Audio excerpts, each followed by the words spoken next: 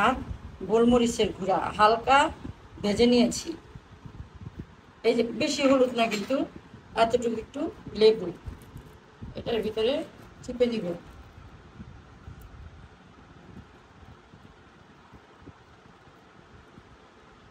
আর আন্দাজ মতো লবণ, হাফ চা চামচের মতো লবণ নিয়ে নিলাম। আর একটু নেই, মাছের আগে থেকে একটু লবণ মেখে রাখলে ভালো হয়। এখন আমি মাছটা ঠিক ভালো মতো এইভাবে মেখে এখন আমি দিয়ে দিব একদম, এই যে দেখো বুঝতেই তো পারতেছো, এই যে এতটুকু একটু গরম মশলার গুঁড়া,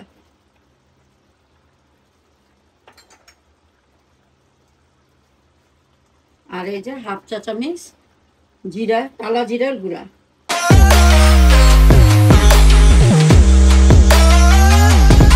আসসালামু আলাইকুম ভিউয়ার্স, আরেকটি নতুন রেসিপি নিয়ে হাজির হলাম।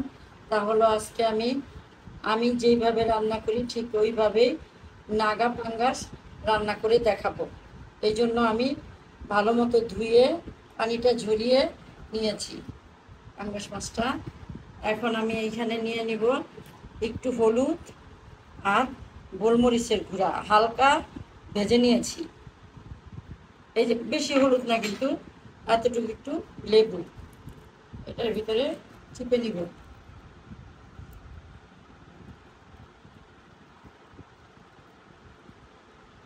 আর আন্দাজ মতো লবণ, হাফ চা চামচের মতো লবণ নিয়ে নিলাম। আর একটু নেই, মাছের আগে থেকে একটু লবণ মেখে রাখলে ভালো হয়। এখন আমি মাছটা ঠিক ভালো মতো এইভাবে মেখে ম্যারিনেশনের জন্য রেখে দিব একদম 15 থেকে 20 মিনিটের জন্য। সুন্দর করে মেখে রেখে দিব। দেখো আমার মাছটা ম্যারিনেশন হয়ে গিয়েছে। এখন আমি মাছটা হালকাভাবে ভেজে নিব।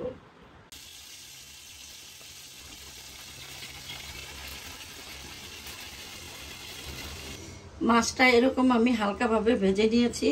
এখন আমি রান্না করে নিব। আমি আগে ফোড়ন দিব, 3টা এই সাইজের শুকনো মরিচ দিয়ে দিলাম, একটু কালি জিরা, একটু জিরা আর একটু সাদা তিল, তোমরা দেখলে বুঝে নিবে। এখন এটা একটু ভাজা হোক।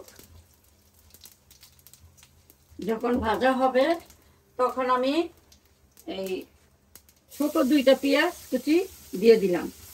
পেঁয়াজ কুচিটা একটু ফ্লেভার যাবে, পুরা ভাজবো না, একদম লাল করব না, যাতে পেঁয়াজের ফ্লেভারটা যায় এরকম করব। এই যে আমি ঠিক এরকম ভাবে ভেজে নিব। এখন আমি 2 টেবিল চামচ পেঁয়াজ পেস্ট নিয়ে নিব। পেঁয়াজ পেস্টটাও একটু ভেজে নিব। এইখানে যে কোনো রান্নার ক্ষেত্রেই যত মশলাটা কষাবে ততই ভালো লাগবে। একটু পেঁয়াজটা আমি 30 সেকেন্ডের জন্য কষাবো। কষানো হলে আমি একটু আদা বাটা দিয়ে দিব, 1 চা চামচের থেকে কম, এই যে এরকম একটু আদা বাটা দিয়ে দিব। এখন আমি মশলাটা ভালো মতো কষিয়ে নিব। অল্প একটু বাদাম বাটা আমার কিন্তু এখানে দেখো একটু তেল ভেসে উঠেছে। হ্যাঁ, হাফ চা চামচ এই ধনিয়ার গুঁড়া, একদম কালার আসার জন্য অল্প একটু হলুদের গুঁড়া। আমি কিন্তু বেশি দিলাম না, যেহেতু আমি এখানে ঝাল দিব, এই জন্য আমি শুকনো মরিচটাও এই যে কম দিলাম। এখন আমি আবারও মশলাটা ভালো মতো কষিয়ে নিব অল্প একটু পানি দিয়ে।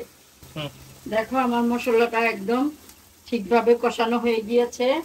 এখন আমি দিয়ে দিব পানি অল্প করে, দেখার সৌন্দর্যের জন্য একটু চিলি ফ্লেক্স দিয়ে দিলাম। আর দিয়ে দিলাম আমি এই যে নাগা মরিচ, ছোট সাইজের 2টার মতো। এখানে তোমরা মরিচটা আরেকটু কমও দিতে পারো চাইলে, কিন্তু নাগা মরিচ দিয়ে যখন রান্না করব তখন একটু ঝাল ঝাল হলেই ভালো লাগে। এখন দিয়ে দিব আমি মাছগুলো।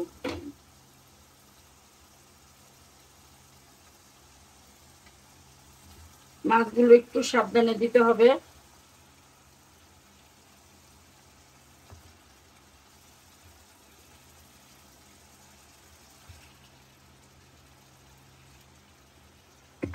এখন দিয়ে দিব অল্প করে আর একটু পানি।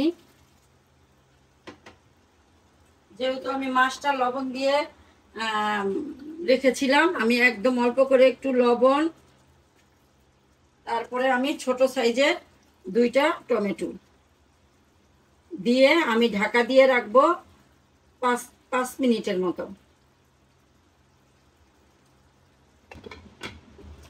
দেখো কত সুন্দর লাগছে দেখতে।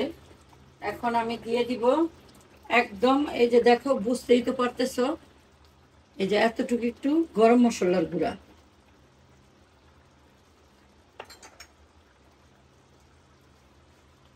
আর এই যে 1/2 চা চামচ জিরা, কালা জিরার গুঁড়া দিয়ে আবারও 5 মিনিটের জন্য রেখে দিব।